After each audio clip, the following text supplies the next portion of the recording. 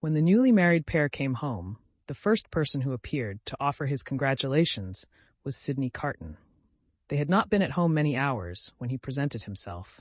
He was not improved in habits, or in looks, or in manner, but there was a certain rugged air of fidelity about him, which was new to the observation of Charles Darnay. He watched his opportunity of taking Darnay aside into a window and of speaking to him when no one overheard. "Mr. Darnay," said Carton, "I wish we might be friends." "We are already friends, I hope.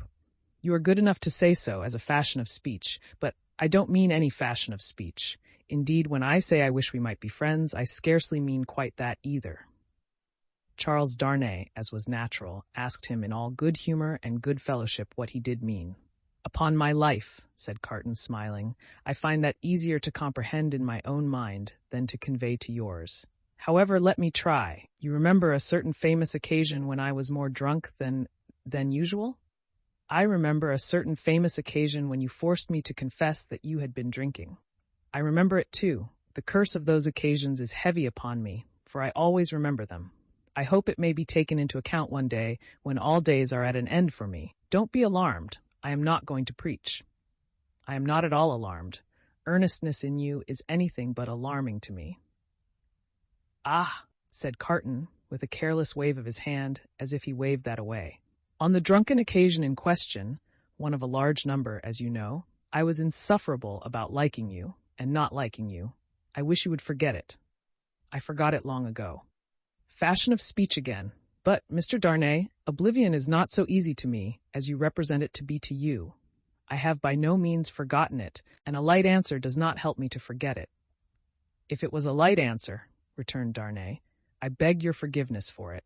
I had no other object than to turn a slight thing, which to my surprise seems to trouble you too much, aside.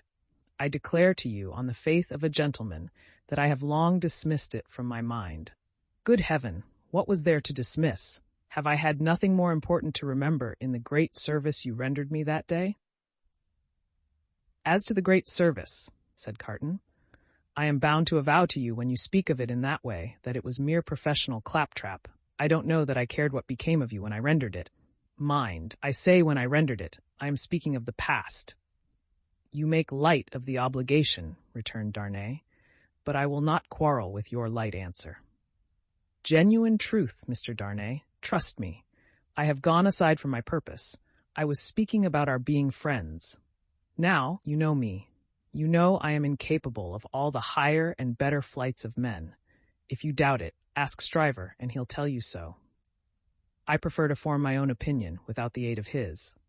Well, at any rate, you know me as a dissolute dog who has never done any good and never will. I don't know that you never will, but I do, and you must take my word for it. Well, if you could endure to have such a worthless fellow, and a fellow of such indifferent reputation, coming and going at odd times, I should ask that I might be permitted to come and go as a privileged person here, that I might be regarded as an useless, and I would add, if it were not for the resemblance I detected between you and me, an unornamental piece of furniture, tolerated for its old service, and taken no notice of. I doubt if I should abuse the permission. It is 100 to 1 if I should avail myself of it 4 times in a year. It would satisfy me, I dare say, to know that I had it. Will you try? That is another way of saying that I am placed on the footing I have indicated. I thank you, Darnay. I may use that freedom with your name?"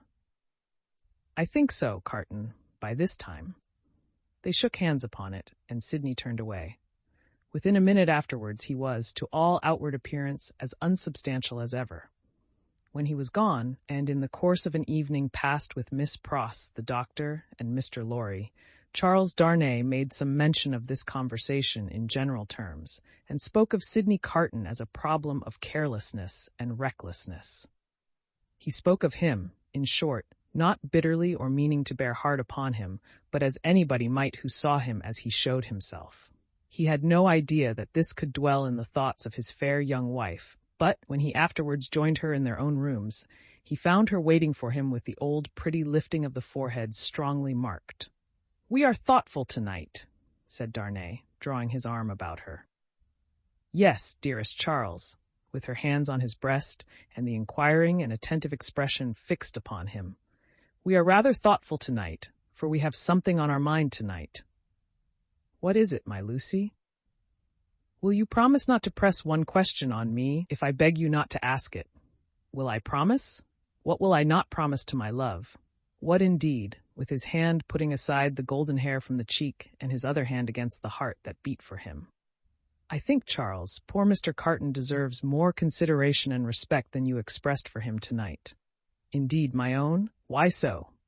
That is what you are not to ask me, but I think I know he does. If you know it, it is enough. What would you have me do, my life? I would ask you, dearest, to be very generous with him always, and very lenient on his faults when he is not by.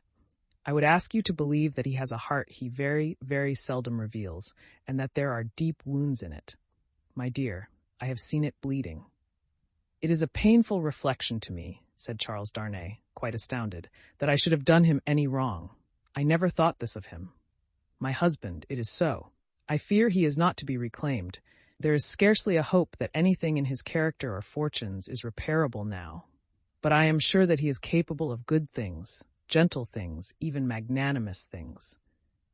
She looked so beautiful in the purity of her faith in this lost man that her husband could have looked at her as she was for hours.